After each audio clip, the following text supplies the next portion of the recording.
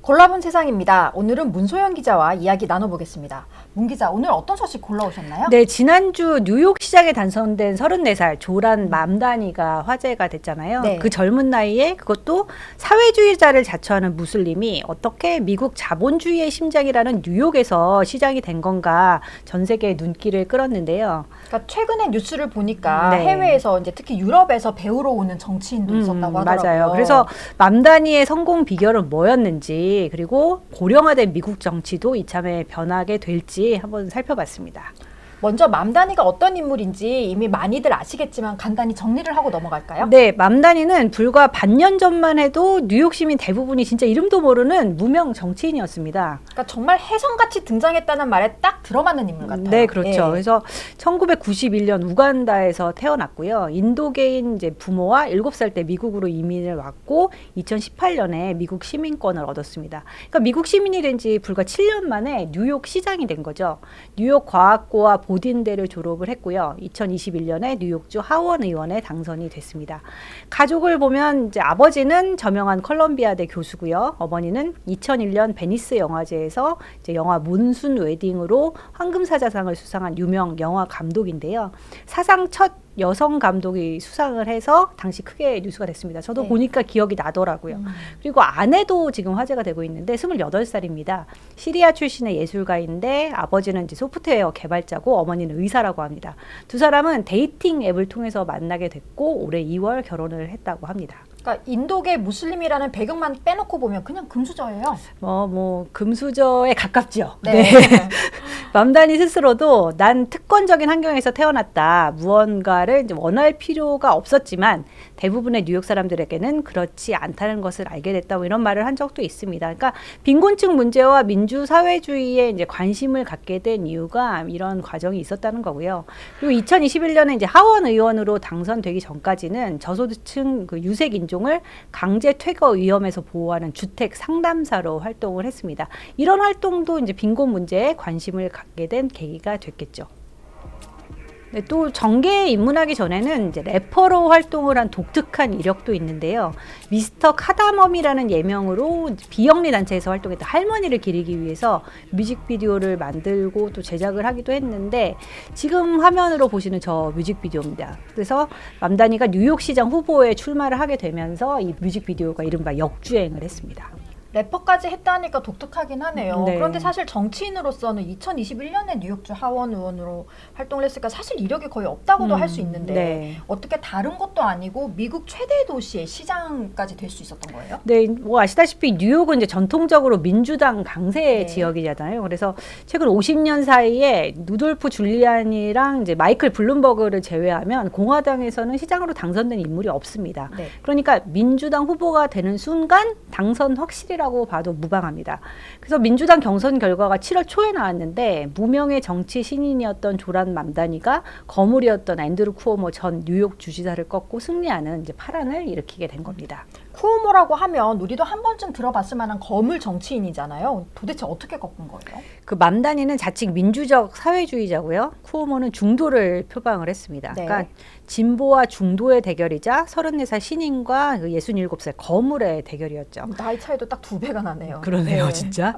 그리고 일단 대진운이 상당히 좋았던 걸로 보입니다. 기억하실지 모르지만 쿠오모는 2021년에 제 전현직 여성 보좌관 11명을 성추행하고 추행 사실을 공개한 직원에 대해서는 이제 보복 조치를 했다는 사실이 알려져서 뉴욕 주지사에서 사임을 했거든요. 네. 그래놓고서 본인이 이제 캔슬 컬처의 희생양이다 이렇게 주장을 했는데 캔슬 컬처라는 게 뭐냐면 유명인이나 기업 등이 이제 잘못된 행동을 했을 때 지지를 철회하고 배척을 함으로써 사회적 지위를 잃게 만드는 현상을 말합니다. 네. 그러니까 자기가 잘못을 해놓고 희생양이니 하는 이런 적반하장의 행보가 기성 정치인에 대한 반발을 불렀고요. 맘다니를 더 돋보이게 한 셈입니다.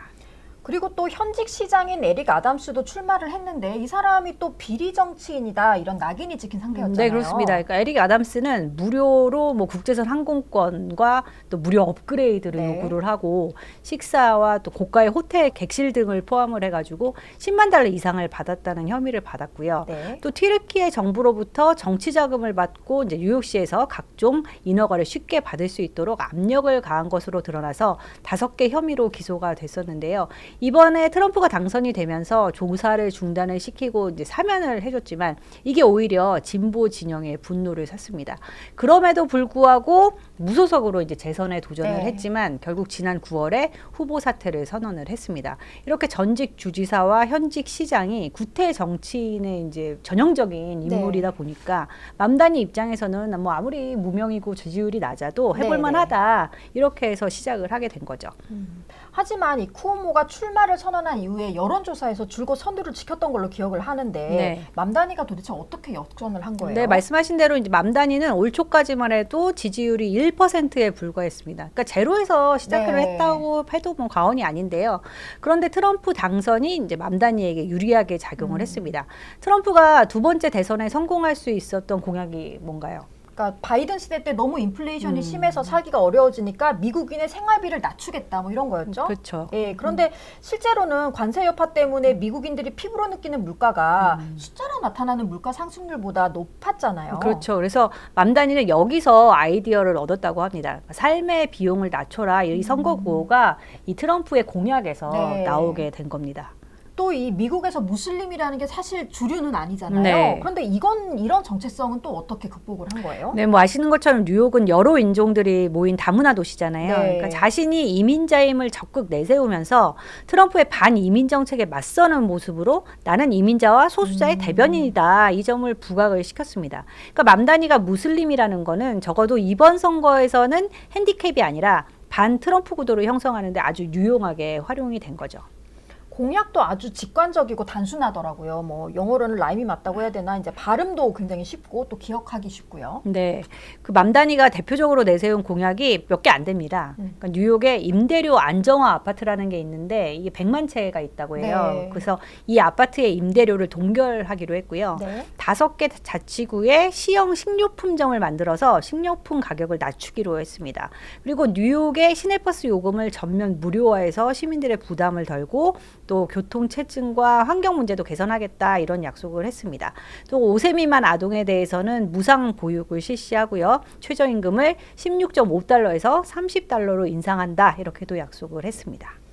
최저임금만 해도 거의 2배 가까이 높이는 건데 이런 파격적인 복지 공약이 나오면 사실 재원은 그럼 어떡할 건데 그렇죠. 이게 항상 공격 포인트가 되잖아요. 맘다니는 그걸 부자들한테 세금으로 걷겠다고 얘기를 한 거죠. 네, 그렇습니다. 그러니까 소득세와 법인세를 인상하겠다는 건데요. 뉴욕시 거주자 중에 연소득 100만 달러, 그러니까 우리 돈으로 한 14억 원 정도 되겠죠. 네. 이걸 초과하는 최상위 소득자들에게 2%포인트 추가 세율을 부과를 하겠다는 네. 겁니다. 겁니다. 이게 만약 현실이 되면 최고 한계 세율이 16.8%가 돼서요. 미국 내에서 가장 높은 수준이 네. 됩니다. 법인세도 기존 7.25%에서 11.5%로 인상할 것을 제안을 했습니다. 이렇게 되면 약 50억 달러의 주 수입이 추가로 발생을 하게 되는데 이거를 무료 버스나 무상 보육에 사용할 수 있도록 이제 주 정부와 협력을 하겠다는 겁니다. 그래서 뉴욕 월가의 거물들, 그러니까 자산가들인데 이 사람들이 맘다니의 승리를 막기 위해서 꽤나 노력을 했다고 하더라고요. 네, 월가의 주요 인물들이 이제 뉴욕 시장 선거에서 다른 후보자들을 지지하거나 맘다니를 이제 막기 위해서 수백만 달러를 지출을 했다고 전해집니다. 대표적으로는 헤지펀드 억만장자로 알려진 빌 에크먼이라는 인물이 있는데 네. 맘다니를 저지하기 위해서 200만 달러 이상을 썼다고 합니다. 이를 두고 맘다니는 팟캐스트에서 에크먼은 제가 세금으로 부과할 금액보다 더 많은 돈을 저희가 쓰고 있어요. 매일 100만 달러씩이나 쓰고 있는데 나는 그렇게 많은 돈을 바라지도 않아요. 이런 말을 하기도 했습니다. 빌 에크먼 외에도 또 쿠오모를 지지하는 부자들이 많았잖아요. 네, 한 번쯤 이름을 들어보셨을 기업과 인물들인데요. 뭐 마이클 블룸버그는 뭐 1,000만 달러가 넘는 금액을 기부를 했고요.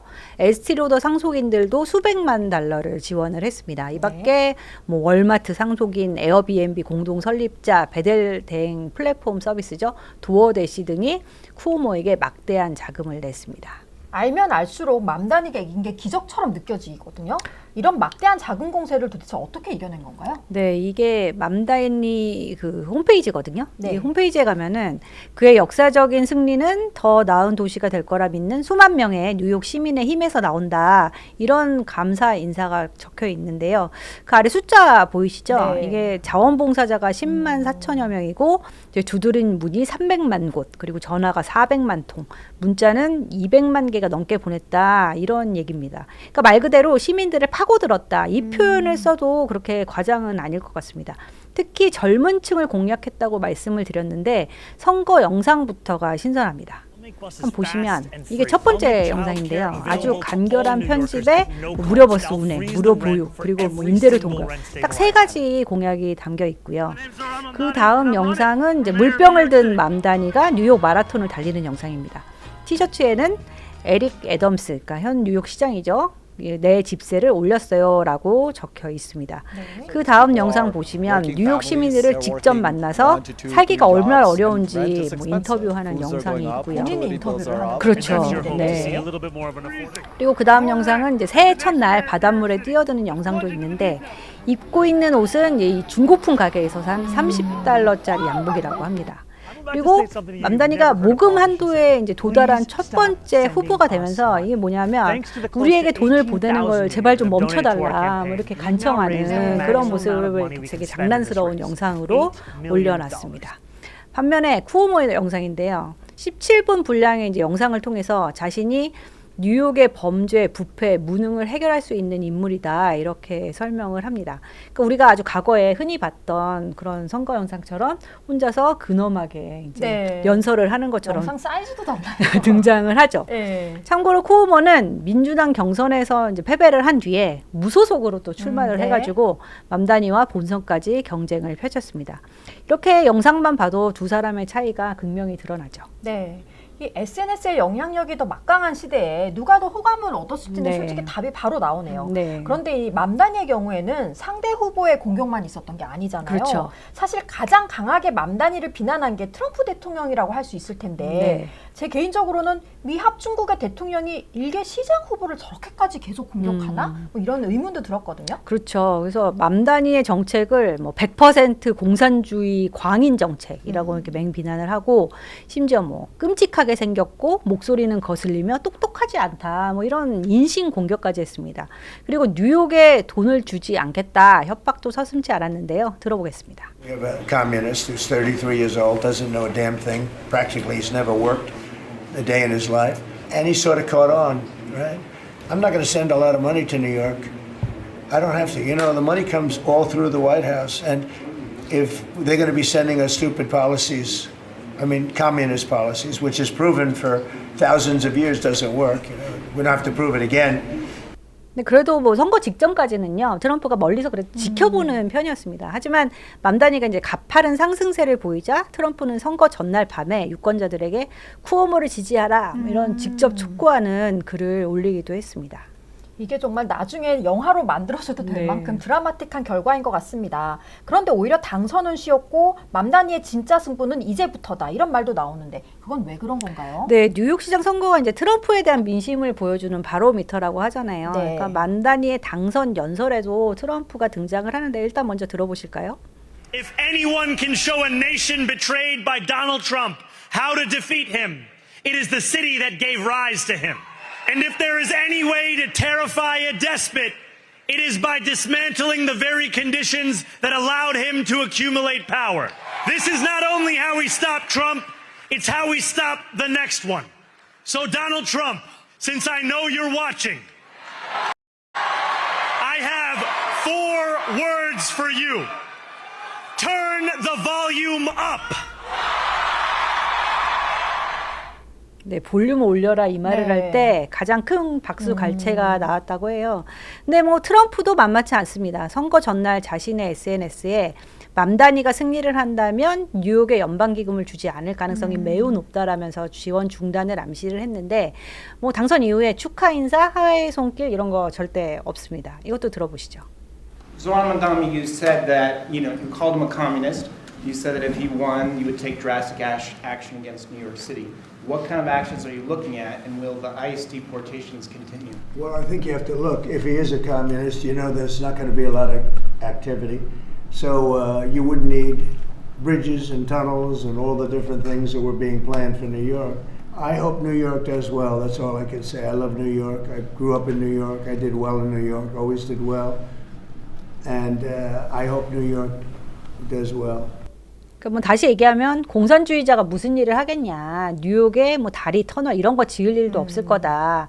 그러니 자금 지원이 왜 필요하냐 이런 얘기입니다. 그러면서 이제 IC 미국 세관 단속국 얘기도 했는데요.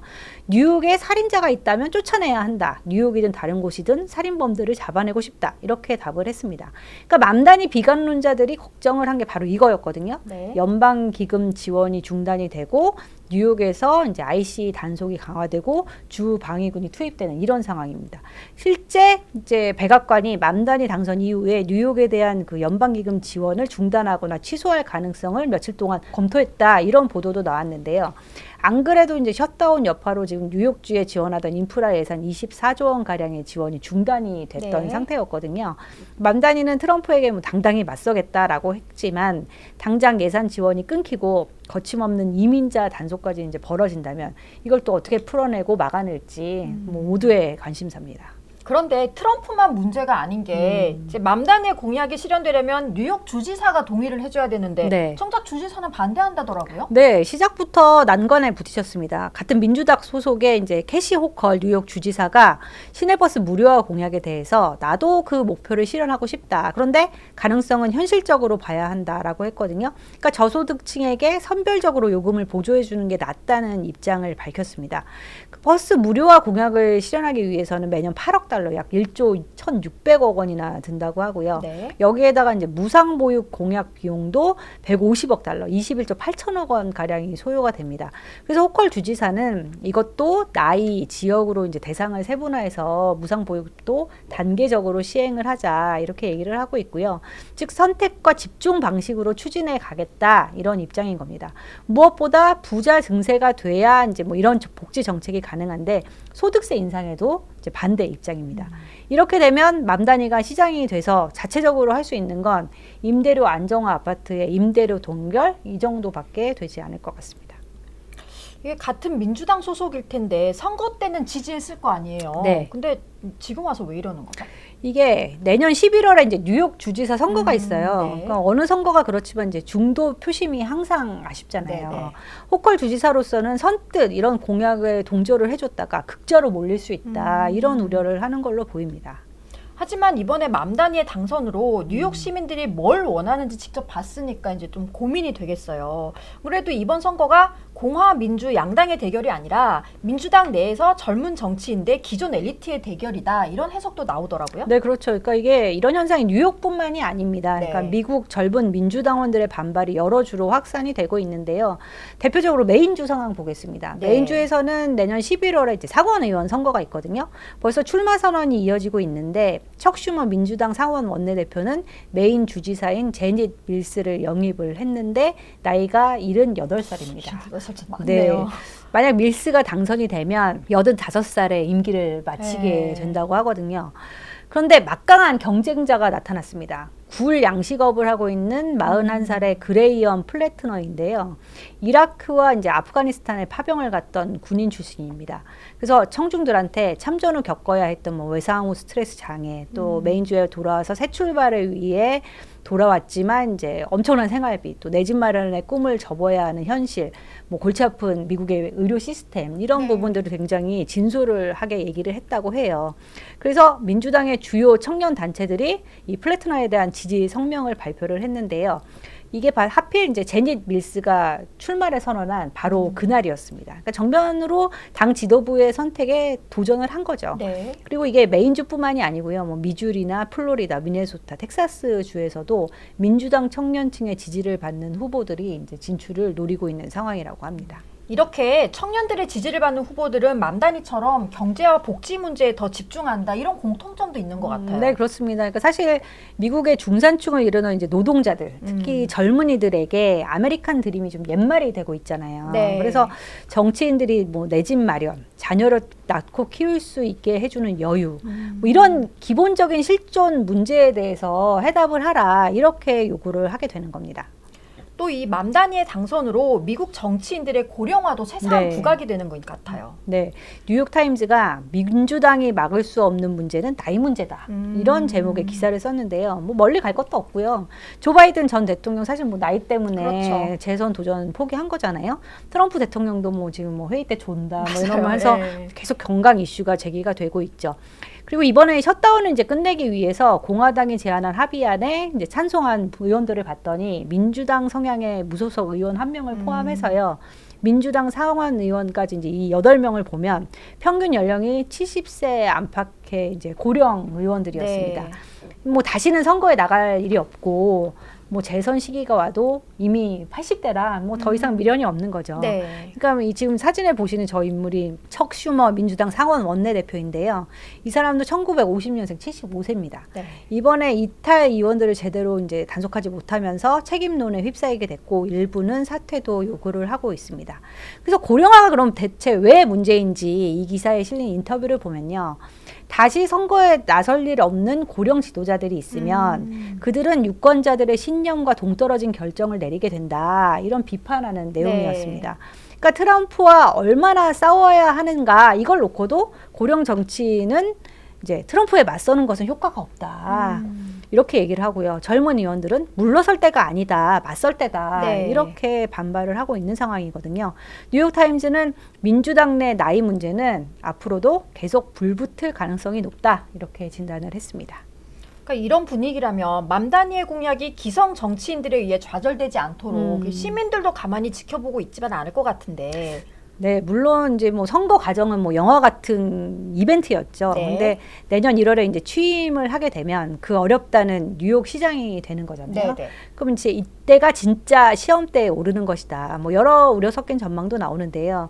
삶의 비용을 낮추기 위한 맘다니의 공약이 만약에 이제 뭐 앞서 보신 대로 부유층에 의해서 네. 뭐 민주당 기득권에 의해서 트럼프에 의해서 막 가로막히게 된다? 그럼 지금 같은 분위기라면 시민들이 가만히 지켜보고만 있을 것 같지는 않아요. 그래서 맘다니의 당선보다 그가 가져올 이제 뉴욕의 변화, 또 미국 정치의 변화가 사실 더 드라마틱하게 전개되지 않을까 이런 기대도 들었습니다. 마침 내년엔 우리도 지방선거를 치를 텐데요. 그렇죠. 사실 우리나라에서도 지금 기성 정치권에 대한 비판이 많이 나오잖아요. 과연 한국판 맘다니가 탄생할 수 있을지도 궁금해집니다. 오늘 골라본 세상은 여기까지입니다. 감사합니다.